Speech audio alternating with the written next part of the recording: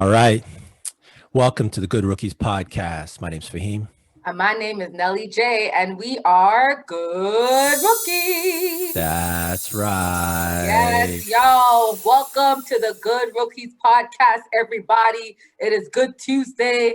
What it do? This is episode 11, and we're so pumped. Faheem, please introduce our guest, brother. Oh man, I'm happy that we got this. We got something good today. First of all, I want to introduce Kadeen. What Kadeen has is he's studying criminology. He's a post grad in mediation.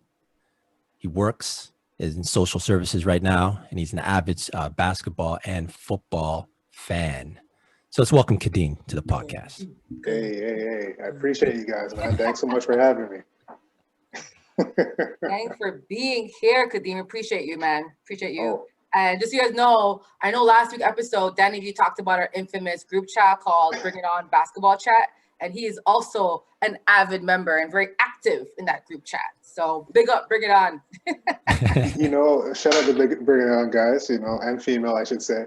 I just try to participate. That's a group where you can be shamed and a lot of things happening there, but I won't get into that. Yeah, not today. All right. Well, your reputation precedes you. So let's see how you get on with this today. All right. So first of all, let's get zoned in with some topics that are right now something that we should be looking into. So let's go into OBJ. ACL season Over. Yeah. Over. It sucks, man, because he was talking quite a bit, right, Kadeen? Like, he was talking quite a bit, kind of talking on the sidelines, getting kind of emotional each week. Yeah, and Odell fits that like prima donna wide receiver, mold, or it comes with it, right? When you're that talented and a wide receiver, like you're gonna come with that kind of flamboyant, kind of expressive, kind of exuding yourself above the team sometimes. But he's such an amazing talent that part of me wished he was traded a while ago. Like, why make him suffer in Cleveland, right? Like, he doesn't have a quarterback that can hit him, and he's shown that. And actually, it was preceding his injury. But part of I just wanted him traded, and I'm sad that it actually happened. And I wanted him to go to a team like that's fighting for something at least. Yeah, I agree with you. Like, I think part of his injury, I'm like, okay, you know what? I think the trade deadline is actually November 3rd. So when this is posted on the 3rd of November, my birthday, this will be out. But, I want him to be traded before the trade deadline because I really felt that, like you said, his talent is immeasurable. Like, he is one of the top receivers. The things he does, his routes, his quickness, his speed, his hands, man, does a one-hand catch like no other. And the fact that now season's over on Cleveland, on all teams, it is very disappointing. And I really wish him a speedy recovery and that he'd be back playing with not the Browns, somewhere else after the injury. So if we look at the type of injury he has, it's an ACL, right?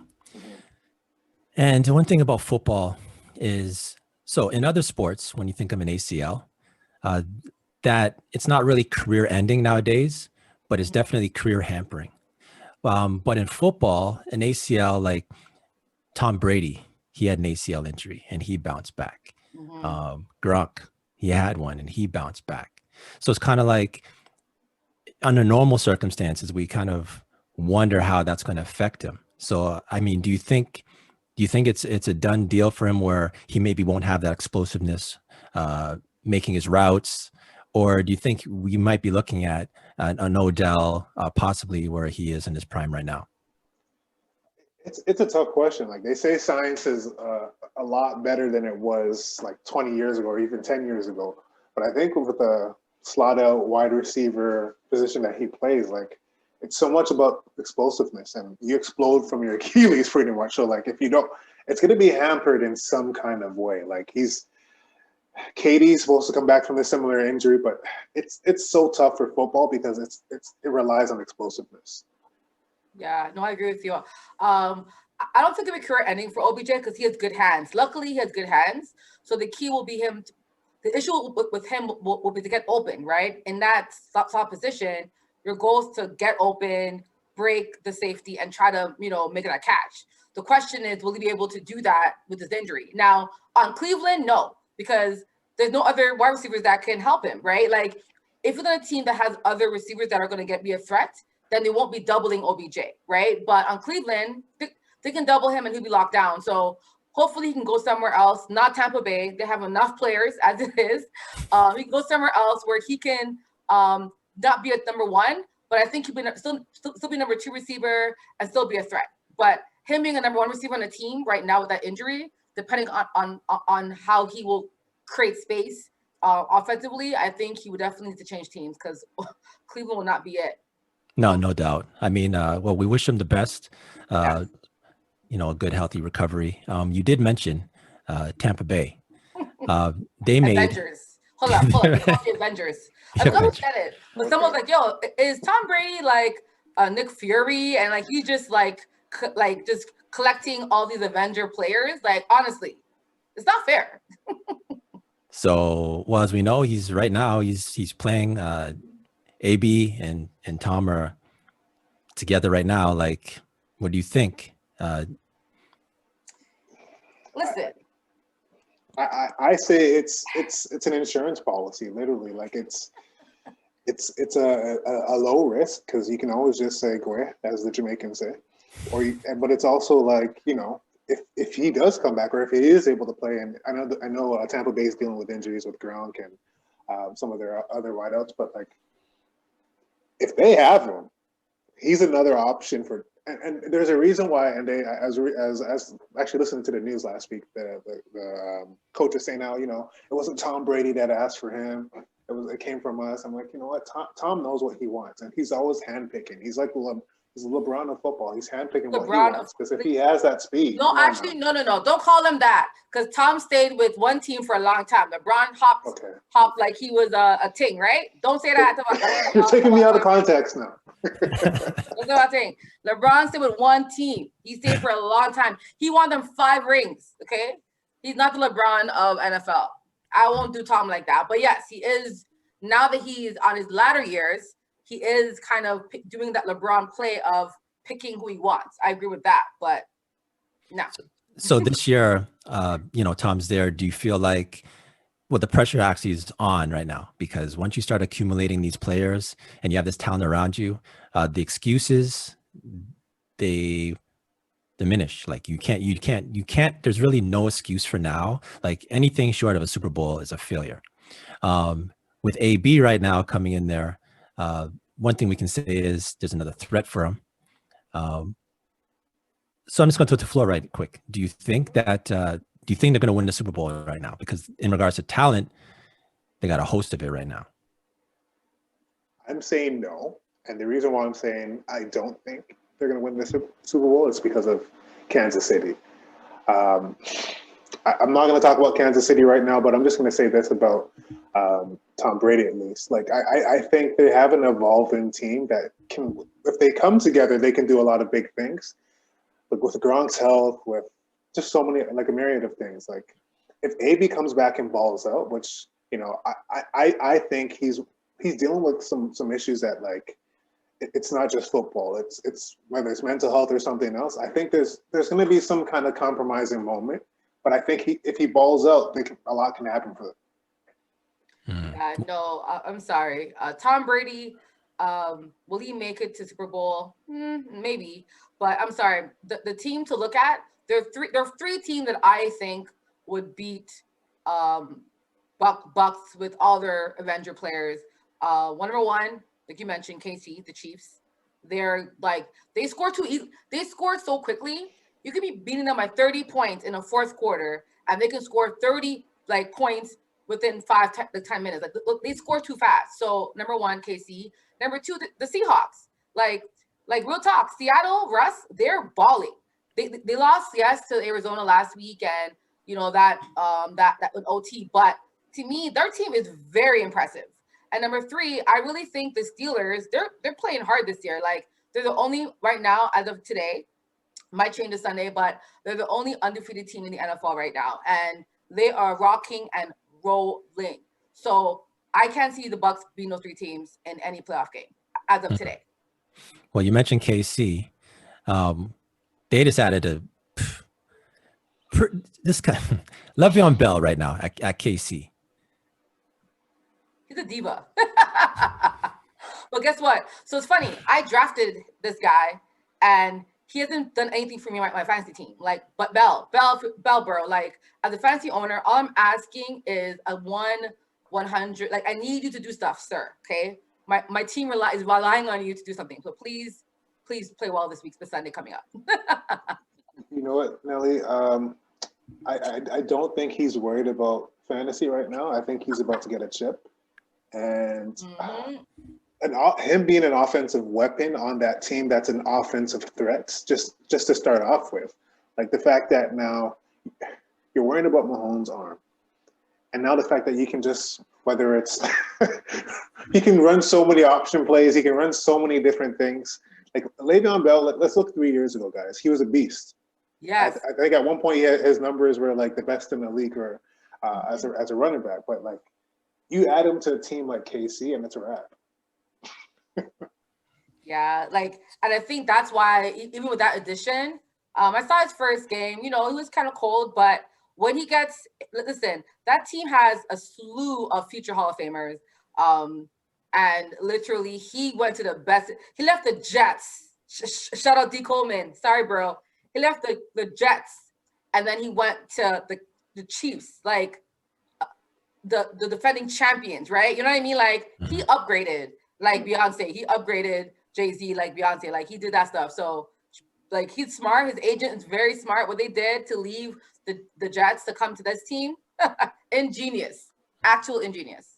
All right, so we'll see how this plays out. Yeah. Since we're on KC right now, you heard about the Raptors' possible relocation. Initially, it was Louisville, Kentucky. Seems like they shut that down in regards to Raptors relocating. I see claps around. That's right. Now, so it's looking like KC's really stepping up. And as you know, Patrick Mahomes, the mayor of Kansas City, everyone's coming out verbally and saying, hey, you know what? Like, we will accept the Toronto Raptors with open arms. What do you think the odds are? I know it's going to be a developing story pretty quickly. What do you think the odds are that the Raptors play in KC? Well, I'm going to speak as a fan first, and if you can see me wearing my sweater, I am. There's a movement out there called We Here. What We Here means is that we believe Raptors are going to go to the finals with evidence, obviously, not like you're just saying that blindly, but that's for another day. But right. I'm going to go back a bit. I actually felt like even if they went to Kentucky, it could have been a good opportunity for continuing that conversation going, but that's for another day. But no, actually, that's for today. Actually, okay. Go ahead, expand on that. Okay, let's sit there then. So it could have been a good opportunity, especially being a foreign team, to be able to continue that conversation. Granted, we heard what happened a few weeks ago and the decision that was made, but I think it's an opportunity because it's sports, and Toronto's definitely would have been in the top 4 teams in the East this coming season, and having a team like that that's continuing that conversation, that has guys like Fred VanVleet, that has guys like Norm Powell that have already stepped out and said things in the public. I think it's a great opportunity to be able to do that. Then again, do you want to always risk the bottom line of being on the political side? Because there are some fans that don't want to hear this, and that's just the reality of it. But if it does go to Kansas City, I do think it's another opportunity, for us to garner more fans, like to garner more American fans to start off, because you know how like we struggle to get love down there. So that's just my thought on it. Yeah, it's I'm kind of like in the middle. I'm so happy we denied Louisville. You know what I mean? Because hurt them in their pockets. You know, their city needs to step up and have the conviction with Breonna Taylor. Breonna Taylor, say her name. No one said like that situation. I'm so happy they were like, because of Breonna Taylor, we're not gonna play there. So that's a huge, I think, like that's a big thing to say. You know what I mean? You're gonna lose millions of dollars because of your police brutality and how you guys actually killed someone while she was sleeping. I think that was a big stance the Raptors did. Being a team from Canada, and we're like, no. with KC, I think KC would be a good fit if we had to go somewhere. But I'm just curious to know with COVID, like, you know, if you said COVID, I don't know. Like, I think it'd be better if we could get a city that's close to the border. I think, you know, even though the States, yes, we get more fans there, but do we care to get fans in America? Like, do we actually care? Like, we were doing pretty well without them. So more fans in America, who cares? But I think as a Raptor fan, I think we cool to have a city that's close to enough that people can actually drive there, because in Canada, we go to the States, but and still visit them, right? So it's like, can we have a city where fans from Canada can drive down a few hours and watch them play? So I think for me, I want Seattle, Buffalo, somewhere where Canadians can go at least drive over the border, watch a game, and then come back for 14 days in quarantine. You know what I mean? Like, I think that'd be a good fit for us. So I'm hoping we get a place by our border. Seattle, I think, would be a great market. No one's there right now, so why not Seattle? KC, you're too far, bro. You're too far. To the vein of what Kadeen was saying, in regards to the social aspect and what Nelly J, you're saying about hitting them in their pockets, right? So the league continued on, and the focus, do you remember when the season started, when they first started in the bubble, and players, when the media would interview them, and players would actually, they wouldn't even speak to the reporters. They were saying like, say her name. And, you know, like they had that strong political stance. That's when we started. And then, as we know, as the bubble went on, BLM, the whole movement. But did you notice at the end when the Lakers won the championship? And remember, this was supposed to be, I guess, for the BLM movement, but I don't remember hearing in the post speech, even from Adam Silver or anything after they won, addressing anything to do with the Black Lives Matter movement at that point.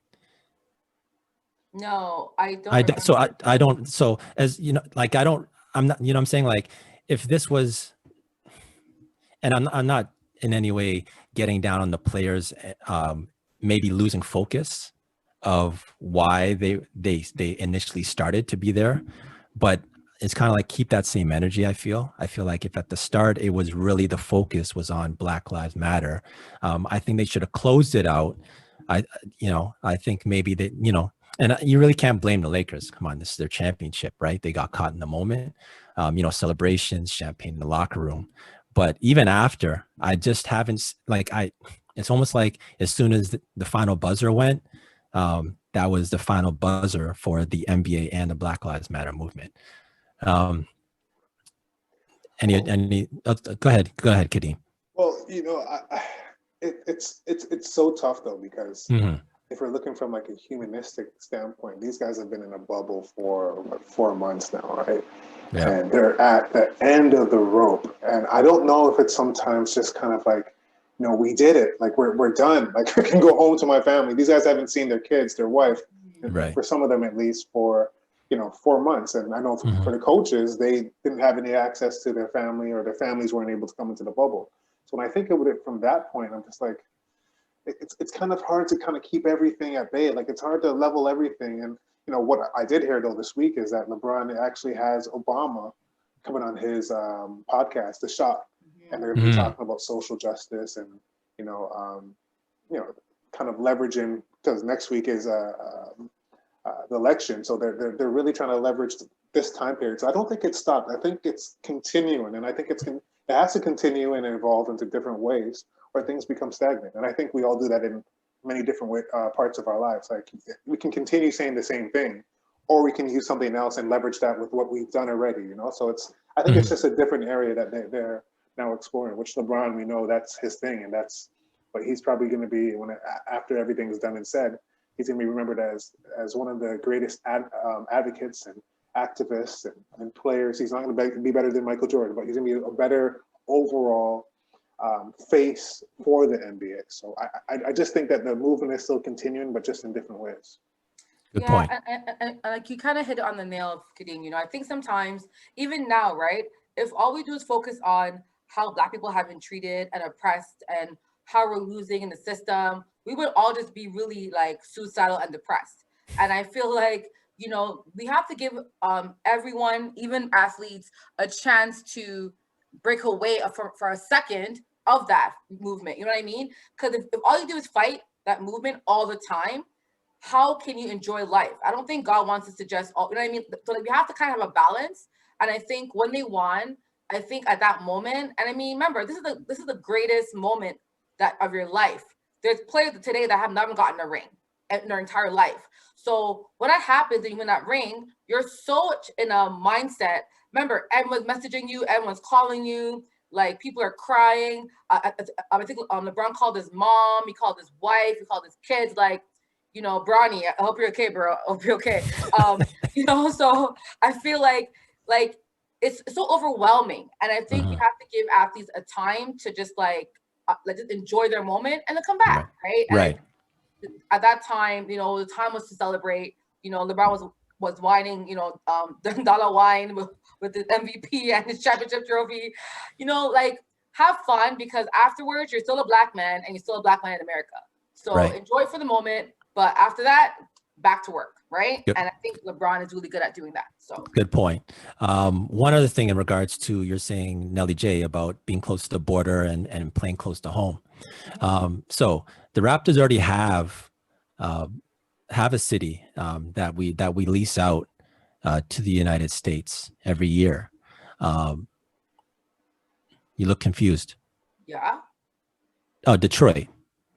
We let the Detroit Pistons have that arena for 80 games, but the 2 games that the Raptors come, we come home, because if you haven't noticed, the fan base that's in that follows to Detroit, we take over the arena when we're there.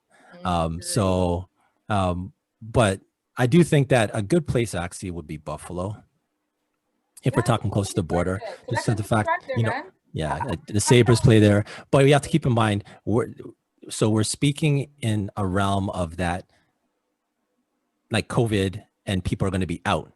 I still think that even if they're playing in arenas, it's not going to be like free for all wherever all 20,000 can go there, right? So I'm not sure how the super fans want to go there. Right.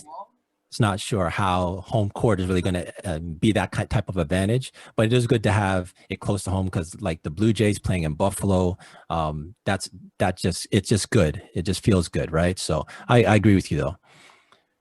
I also think too, like, I don't know how they decide what city. I don't know if it's based on numbers, COVID related. I don't know if it's based on, you know, how will the players have access to X, Y, and Z and blah, blah, blah, blah. But I just think that like you're saying, it has to be somewhat, I guess, a sister city to us. And like you said, Detroit, I've had friends that have gone on the bus trip to Detroit where it's like the whole stadium's packed, and you can barely even hear any Detroit Piston fans. I don't know if you remember, like maybe about 5 years ago when James Johnson went baseline and dunked on banged on Drummond.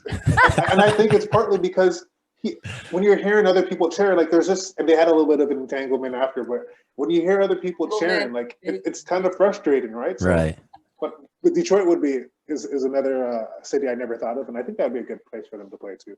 Well, not really. I think about it. We can't share it with the Pistons. Like stay close to home. Yeah. Listen, I'll take even like New England, anywhere close where we can just like close to the border of Canada. From Seattle to New England, just anything around our border, please. Because I don't know. And also, you know, remember, these players have families too, right? So obviously, like, I'm not sure the family's gonna go with them to that thing, but if at least if they are playing in Buffalo and their family is in Toronto, like Masai, right? He can go back and forth. You know what I mean? I think it would be more like just better. But I'm not sure how well the MLB did with Blue Jays in Buffalo. I'm hoping that went well, because if so, we can find. But I don't think Buffalo has any big indoor stadiums. The problem. I don't think. What do you mean? Where the Sabres play hockey. Hockey. Oh, that's right. Okay, so it's indoor, right? Okay. Right. Yeah, for sure. Even the university, I think it's Canisius. Is it Canisius called? Canisius, something like that. Canisius, Canisius College. or the one They they have a have couple like universities out there. the University of Buffalo or something probably. Yeah. But if we're talking NBA team, so they're going to play wherever the Sabres play. That's where they're going to play. Yeah, you have to have to go big enough where they can That's kind of for sure. have practices and That's for sure. facilities. So in regards to, we're going to talk about some outstanding athletes right now. Nate Robinson, as we know, NBA slam dunk comp winner, NBA, I want to say journeyman, but like he's bounced around, but well-respected player in the league. He's now the undercard on Mike Tyson's League of Legends tour that they're having. So he's on the undercard with a YouTuber, Jake Paul, for boxing. And this is after he's retired from the NBA. Like, what an athlete. But with I'm shocked. I'm also impressed that he's doing this, to be honest. Right. I am. Kadeen, your thoughts on it, man? I'm. You know what? I actually follow Nate Robinson a bit. Like I watch. He has a show on YouTube called Housemates where he goes. It's almost like Cribs, like MTV Cribs, where he goes to like all these different athletes' homes and things like that. And you know how players just have to evolve now, like after the NBA, and kind of get their hand in everything. Like Nate Robinson's a guy that played football too. Like he played football and basketball at I believe Washington State. Right. But he's an athlete. Like he's an explosive person. Like he, in one of the episodes of Housemates, he's actually working out with one of the a really famous trainer, and like guys going to work. And you can, when you've been able to like stay in the NBA that long, you're 5'9", you have to actually work harder than a lot of other players. Like your athletic ability has to be beyond anything. Like it's the Spud Webbs of the world. Like those guys are premier athletes. So to stay in the NBA, you have to be like have some higher level of athletic skill because you're not that tall. When I've been following the undercard series, and like Jake Paul actually he surprised me. He's more athletic than I thought. He's a tall guy too. He's about 6'1". He's tall. He's bigger. I'm like. And I've been pretty impressed by his videos. I'm like, this guy can box. And like, I think he fought 2 people already this year, right? But like, were they boxers or were these people that he just picked on? Because I feel like he's kind of bullying people on. It was celebrity. It was celebrity. But same thing with. So I don't know. I think that Nate. It's hard because we had an episode about boxing last week, and those are elite boxers. And talking about Nate and Jake, I'm like, these guys, like, I think it's a good feud because it's been happening for a while now this year, which kind of built up this entire animosity between Jake and Nate.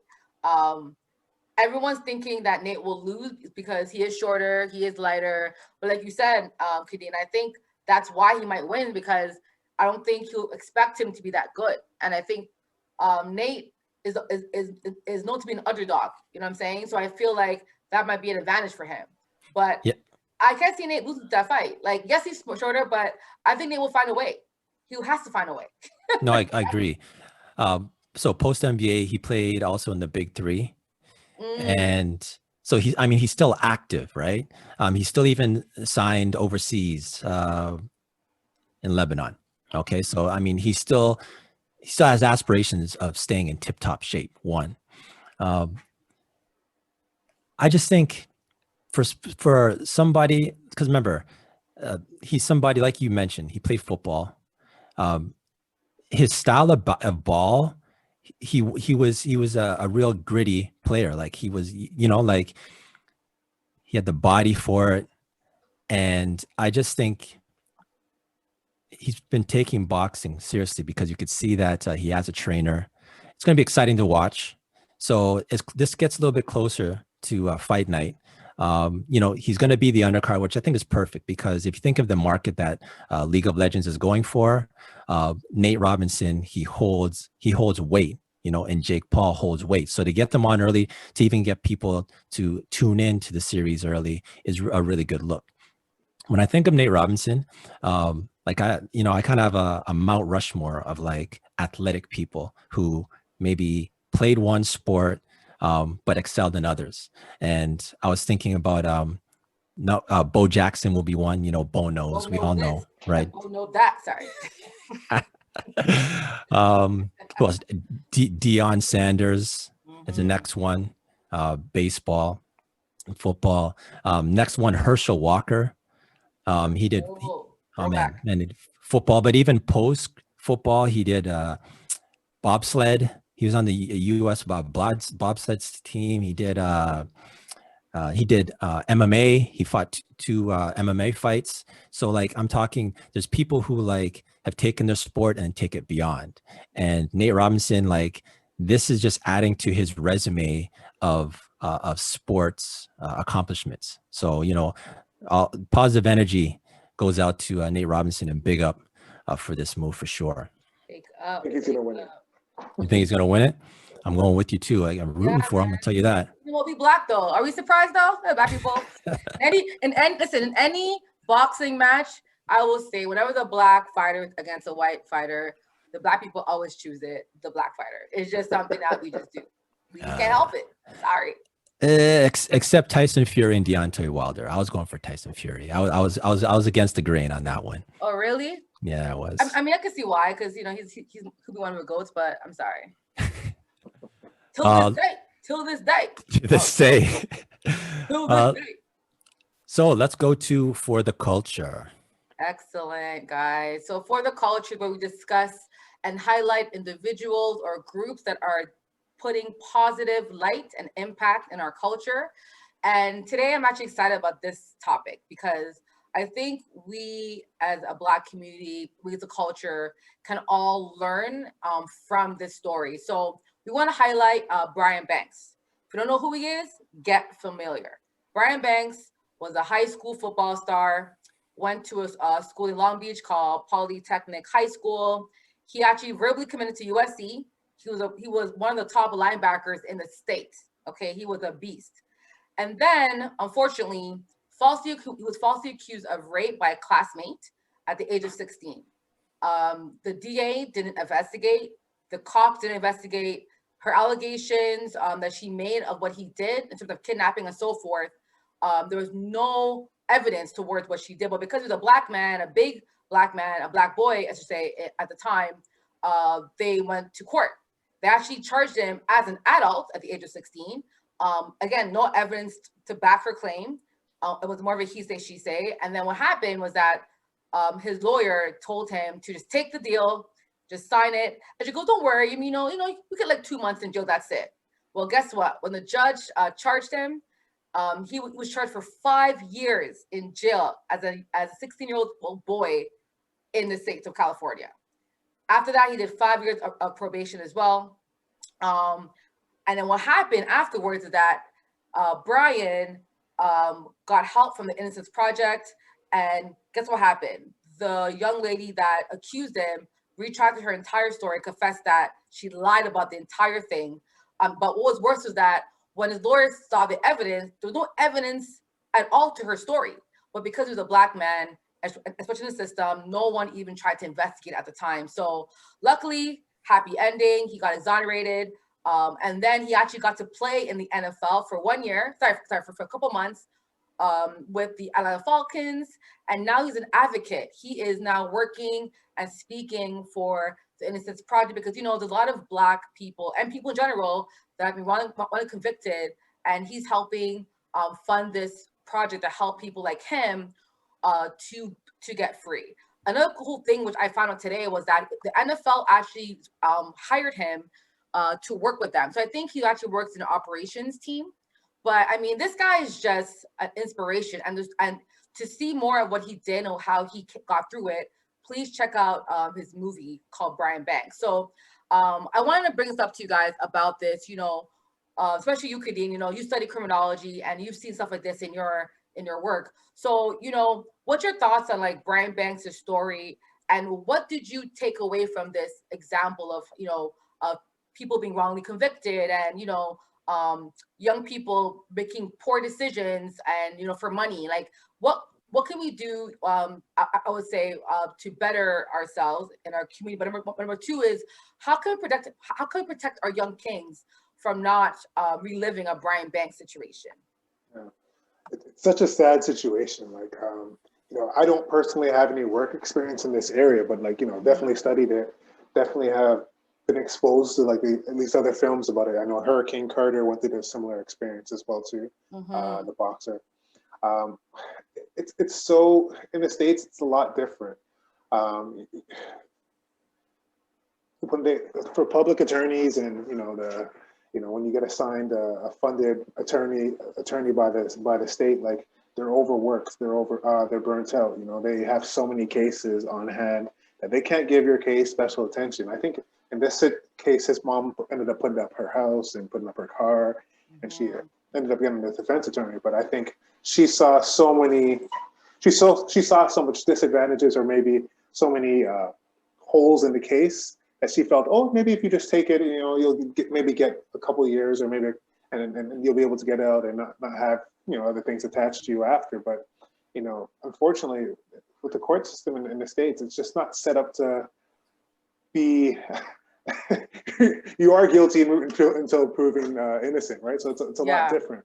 But I think for young men in these situations, it's really tough because you can't say, oh, don't get yourself in a situation like that where you're left alone. But, you know, by the notes that he shared and on how the interaction actually took place, like, you know, there isn't anything he could have done differently. And you know, it was just her word versus his. And the Me Too movement, it's really important for right now. And, you know, like, it's just that some of these small situations that kind of get overlooked or get grouped into it, where people end up suffering because of having to go through a process like that. So it's really hard to protect everyone because anyone could be a victim of it if you don't protect yourself. One of my favorite athletes and now even color commentator and I would say even host for a show is Shannon Sharp. He talked about his experience that he had where there's some allegations against him. But now when he meets with a woman one-on-one when it's work related, he keeps the door propped open. He, you know, kind of hides any other way that, you know, a situation could look funny and look against him because it looks against him because he is a big black man and he can be, and that can be used against him in any situation. So it's a really tough and slippery slope, but the best thing you can do is protect yourself. Yeah, you made a good point because I think that's the biggest thing. I think, like you mentioned, right? If he's like, for those who don't know the story, he actually started dating a girl that was a victim of sexual assault, and you know, it's crazy because even now, after what happened, like he still fights for victims of sexual assault and for people of victims. At the end of the day, they're both victims, right? And I think it's like, you know, there's so many women out there that, like you mentioned, are victims and do not get justice. And there are some guys out there that were accused but are innocent. And it's just so hard because, you know, we want to be compassionate to both ends, but whenever I feel like something kind of happens between a guy and a girl, right? People pick sides. And it's like, guys, why are you picking sides for? No one knows what happened. And I feel like picking a side shows like you're being short-sighted because you have no idea what happened because he could be innocent or she could be innocent or like who knows who's lying, right? But I think we also have to also be mindful that, you know what, like at the end of the day, we have to understand that they're both human and they both made a mistake. And whoever is wrong, whoever is right, we're not gods, we can't judge them, but we have to fight for either victim. Because even if you're accused and in your mind, you're accused of rape, you go to jail, you're a victim right now, right? But of course, what you did was wrong, so you go to jail. But I feel like you have to become more compassionate. But I think for me, watching this, I was just so disappointed that, you know, it was a black girl that got him in jail. It wasn't a white girl. It was a black girl who accused him. And she got $1.5 million from the state. And like her mom was very advocate in pushing the story because she wanted money too. So it's like these young girls, you know, young girls who are being brought up in a household where they're also being victimized by their own parents, you know, and they're being bullied by their parents to say and do stuff for the benefit of the family in the home. So it's so much things happening. But I think the takeaway was the Innocent Project, you know, like the fact that there are groups out there that are actually fighting for people, for all the Brian Banks in the world that were accused. And, you know, for those looking to donate somewhere, you know, donate to those guys because you know what? They don't charge their clients any money. They're doing free legal work. And these guys are working around the clock, fighting for these young men and women who were just unfortunately wrong place at the wrong time. And the cops, you know, the cops just pick them because they were black or brown, or the cops couldn't find anyone else. You know what? It has to be you because we said so, you know? So big up to all those projects that are, all the lawyers that are actually taking the time to defend and fight for these people. Faheem, like, you know, like your thoughts on like Brian Banks and his story, and, you know, now that he's in the NFL, he played for a little bit, but at least he got to, you know, to play for a team that he liked, you know, like, what's your thoughts on his entire like situation? Well, first of all, yeah, the entire situation, it's horrible, but you know, so you're right. He did eventually, in the end, get a chance to play in the NFL and kind of fulfill his dream, right? But his dream was cut short because he was the oldest rookie in NFL history. Was it not, Yeah, Nelly like one of J? the oldest at the One of the time. oldest, right? Okay, so he's one of the oldest at the time. You know, it kind of makes me think like in hockey, there was back in the day, there was Todd Bertuzzi and Steve Moore. And now Bertuzzi, it was a illegal hit, and Steve Moore, he was hurt, and it was a neck injury, vertebrae. And the problem is, so Steve Moore, they looked and they tried to get compensation for the amount of time that he wasn't playing, right? And the difference is with Steve Moore, he was already a player and he was under contract. So that way it makes it kind of easier to foresee your potential earnings that you've lost. But in this case, you know, he was a star high school player, and you know, the woman got $1.5 million from the state, right? But we can't go back and compensate Brian Banks for the time that he lost while he's in jail, right? So that's really, it's unfortunate. It's great that he's actually turned this around now, and it's, you know, he's going back to community and helping people because he can relate to the situation. So I mean, it does come full circle. You know, it's unfortunate, but there's, you know, that's why it's great that we are actually discussing this now, because it's a great movie. They even have you know, great actors in it. It's a great production. Morgan Freeman's in it, you know, great quality. So if anyone hasn't, you know, if anyone has an opportunity, I say, and if you're like, definitely take out the Brian Banks movie. You know, and it gives us something that we can all learn from, you know. Yeah, and you know, just to figure for those in Canada, like, oh, it's America, doesn't happen here. Guess what, guys? It happens in Canada too. There's actually an Innocence Canada group who are actually fighting cases as of today. People who were wrongfully convicted. So this group has actually already exonerated 23 people. 2 are black men. One man served 4.5 years. Another black guy served 12 years, and they helped these 2 black gentlemen, on top of others, fight off wrongfully convictions in Canada. You know, you can donate with them. And just so you guys know, in Canada right now, if you look up, you know, how many cases of people have been wrongfully convicted, they said over 193 people are have been sentenced and remanded from custody. That's a lot of people, guys. So you can imagine how much more that we have that we just, you know, maybe because they're, you know, a person of color, they're indigenous, they don't have the funding or the money to get good lawyers, right? So, you know, groups like this is so important for our culture. You know, being a black woman, seeing what's been happening around the world, you know, you guys being as black men, you know, we need to now start to invest in legally invest in helping these people who didn't have the funding or the support that they needed, right, to fight these kind of convictions. So, you know, shout out to Brian Banks for doing this. I think is a huge example of what we should be doing in Canada ourselves. I don't know anyone is actually working or trying to donate. So I think, you know, for our podcast, I want to kind of highlight this group, highlight what we can be doing for our community. And, you know, if you know anyone is wrongfully convicted or so forth, you know, Brian Banks, he wrote letters like all the time. He did not give up. He studied the law. He did so much work behind the scenes that helped them because he wanted to be free. So, you know, if you know someone is fighting a conviction that's wrongfully convicted, you know, do not give up. Keep fighting. Brian Banks is a great example of, you know, keep your faith and just keep pushing because, you know, one day you will be exonerated. So Just shout out to the Innocence Project, and that was for the culture. I hope you guys will get to like learn more from his life. Just one last thought though. Of course. It was Canadians that helped get Hurricane Carter exonerated as well too. Like there is a movie on that too, another great movie.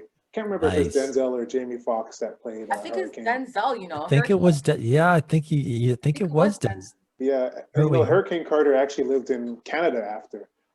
For sure, right? Friend used to work with him, so he did end up coming back here and really showing his love here. So it's the Innocence Project and any advocacy group. Because advocacy is such a missing piece in just social services. Not to say that it doesn't exist, but like when some families are from situations where they don't have someone or they're not used to having someone come in their home and be someone that can stand in the gap for them. So it's a really important skill or a really important need for people out there that don't know about their situation or how to navigate out of it. Absolutely. Nice. For sure. Good finish on that one. Good job. That's a good call with Hurricane Carter. And that was Denzel Washington. Shout out to Denzel. Right? Yeah. Right. So folks, take the time. I know we're getting to the holiday season and everyone, wants to buy their friends, family, the PS5 and all these things. But, if you guys can, try to donate to groups like this that are for the culture. They're for us.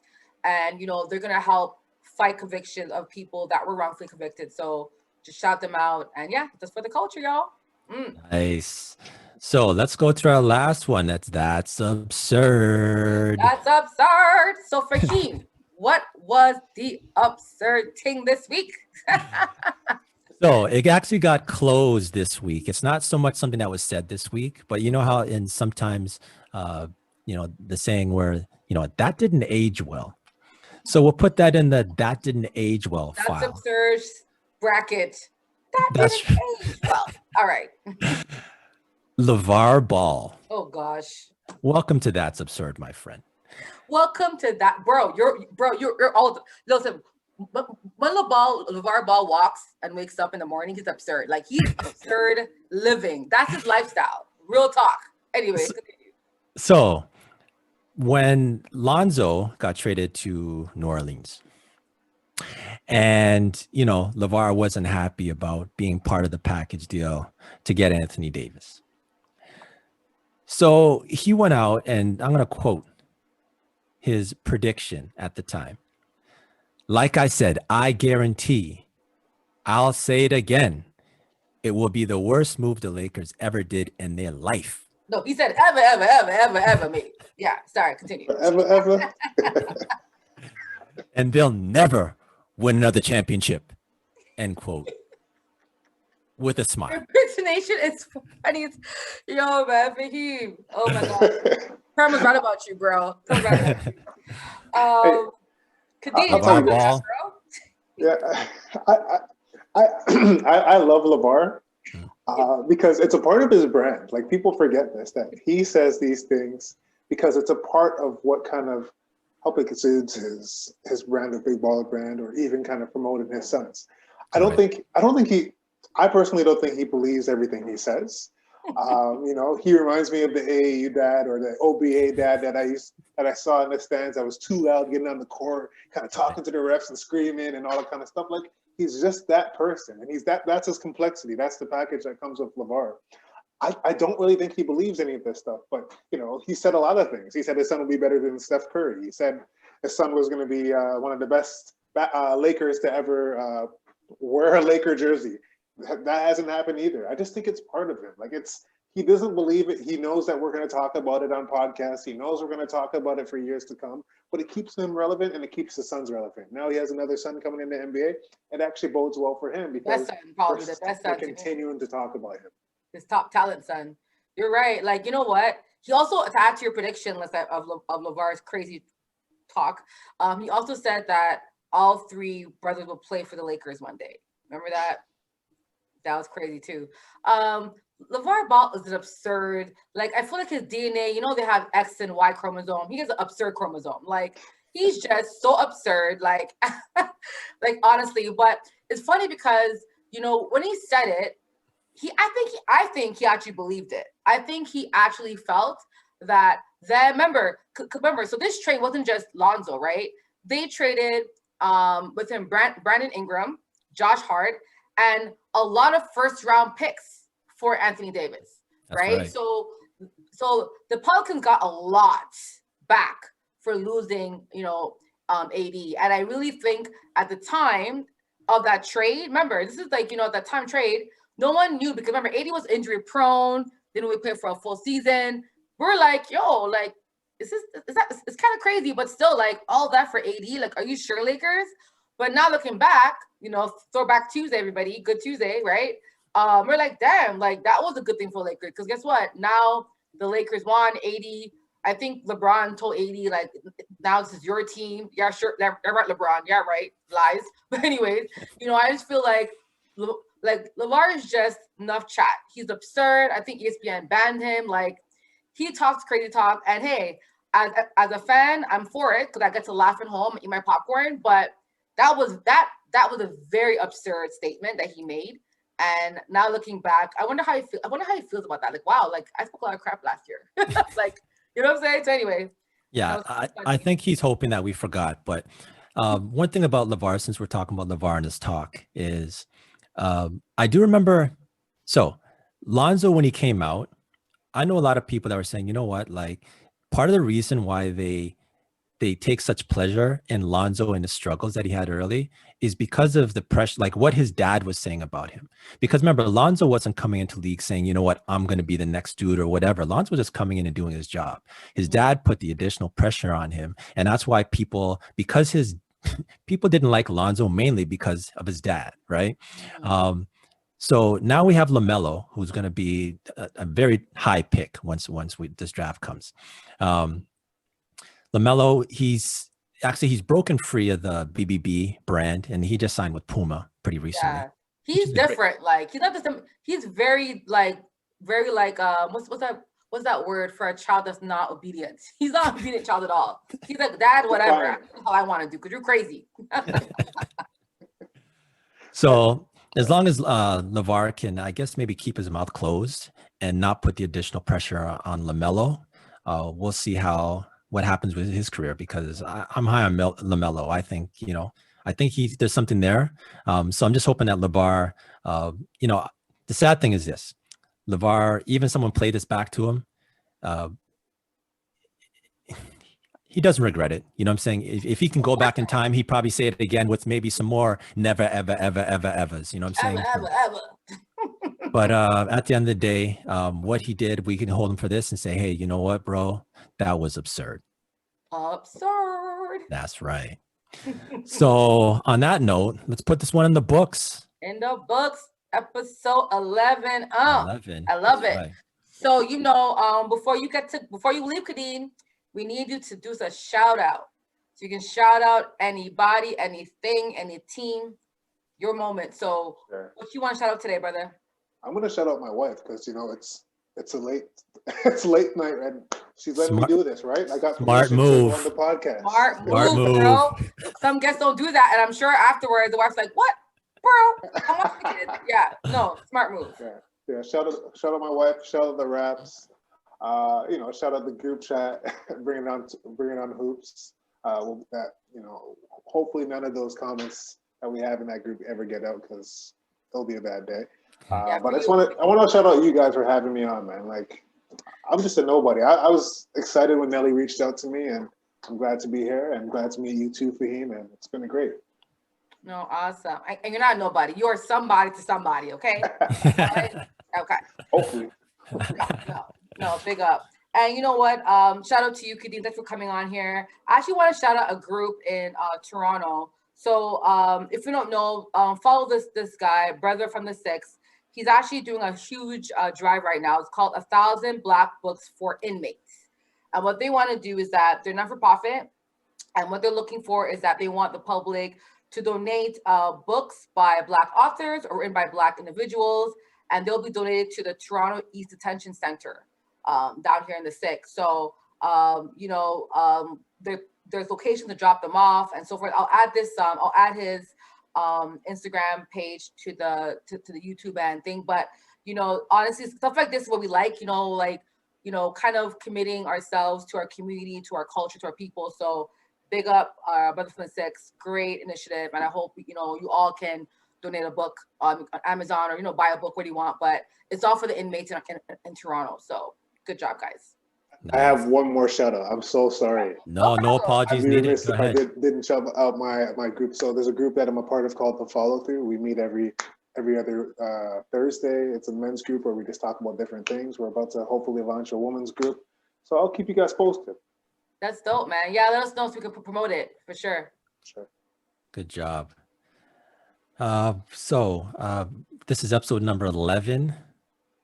I'd like to give a shout out to Castillo Clayton. He's a Canadian boxer. He fought just recently for a vacant IBF title. It was on Showtime, and it's so in Canada, it's not really a boxing place, but for a Canadian to fight in that type of IBF title and not get any recognition is kind of sad. It went to a draw, but I still want to shout him out. Just if you haven't had a chance to, you can type in Castillo Clayton versus Sergey Lipinets and take it in. Good fight.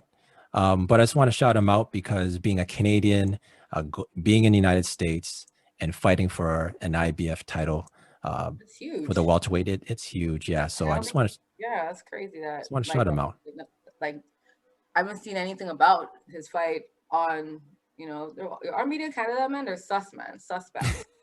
Real suspect. Y'all tune into Good Rooks, all right? We got y'all covered over here. Real That's talk. right. That's right. All right, it's episode number 11. And guys, don't forget, y'all, please share, subscribe, and like. Check us out on all podcast platforms and subscribe to our YouTube channel. Also, we're going to have a couple of things coming up for the holiday season, so stay tuned to that. And some giveaways as well. So stay tuned. Nice. All right. Good Tuesdays. Be sure to click like and subscribe when you see the Good Rookies podcast. And we out. Peace. Peace.